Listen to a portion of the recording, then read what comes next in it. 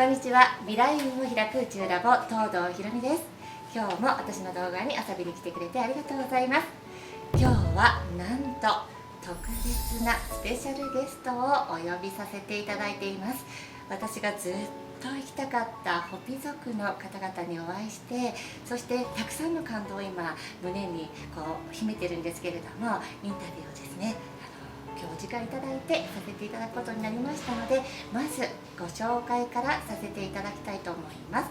ではサバーさんになるんですが、よろしかったらお名前と、そして何か差し支えない範囲でどんなことをされているのかちょっとお話しいただけたら嬉しいです。My name is Bertram Sabatawa, and Sabatawa will translate to for winter solstice. So the description, interpretation, translation, Zawa is short and Dawa is the father son, Tayo. And currently I'm a guide with my company of Ancient Pathways Tours. I do consulting, lectures, and talks about different subject matters pertaining to Hopi. And I do get a lot of people from Japan to come out to Hopi. Different interests in, say, the petroglyphs, the rock symbols, ancestral sites, common understandings of Hopis, and even actually I do share of certain of the parallels and pronunciation of the words that are very similar. And I was even fortunate enough to have a Shinto priest come and visit the Hopi area, and I went and collected some spring water for them, and they said they were going to utilize it in purification rites when they take it back to Japan and to their specific temples. And myself, I started more with being an artisan, painter, illustrator, katina doll carver, the different crafts, and a lot of my artwork. I kind of even had inspiration from Hukusai, who did a lot of the water wave symbols and clouds. So I was familiar with his artwork. I mean, Hukusai's work and others. Yeah, so that's why I would share different parallels of understandings from both of our cultures. ありがとうございます。サバタワさんが冬至という、日本にとって冬至ってとても大切な説明にあたる日になるんですね。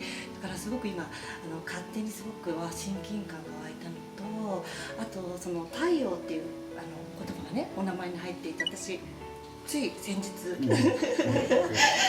タワーをSo that's another one that's kind of similar.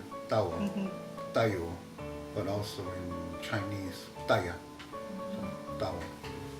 Yeah, even that understanding of the importance of that winter solstice time. Traditionally, for our Hopi views, it's the beginning of a new year cycle. So it is important.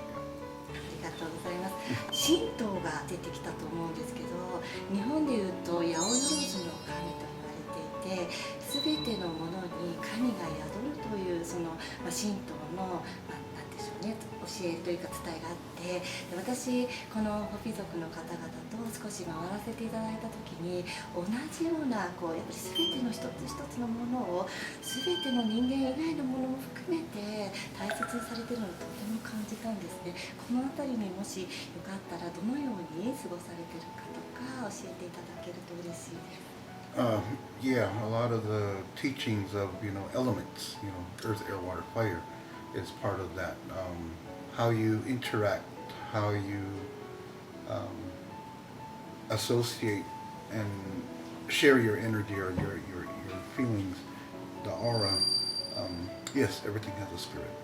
So with that understandings again of how I shared guiding the Shinto, taking them to the spring and gathering the water, that was our traditional belief as well. Ancestors handed down.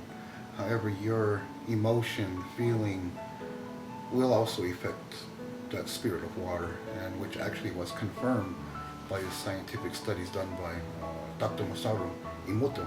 He even came out here and studied water, springs and wetland areas here in Hopi as well. And as I mentioned about an artist having that inspiration from Hokusai, a lot of his paintings depicted, the Mount Fuji, and our main view from our villages to the west would be the mountain and known as San Francisco Peaks, but we call it Nawatikwi, Snow Mountain. And that would be that same parallel.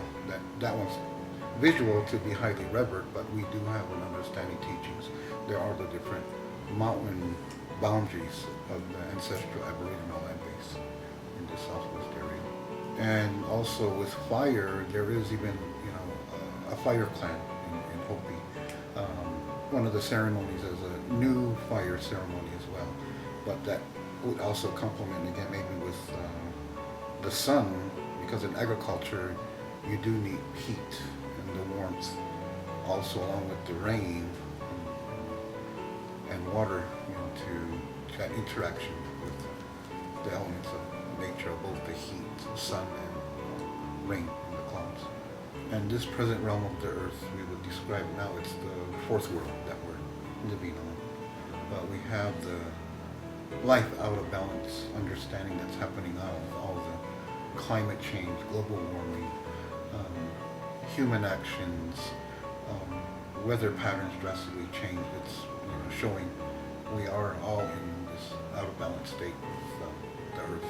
But as that understanding of the different parallels, with Shinto and our teachings, highly revering all the different elements, the water, mountains, all living things sustaining themselves on all this earth, that we're praying for all living beings. So it would be even a teaching that we're praying for our enemies as well. But it's a benefit, of that prayer for everyone, everything, every living being.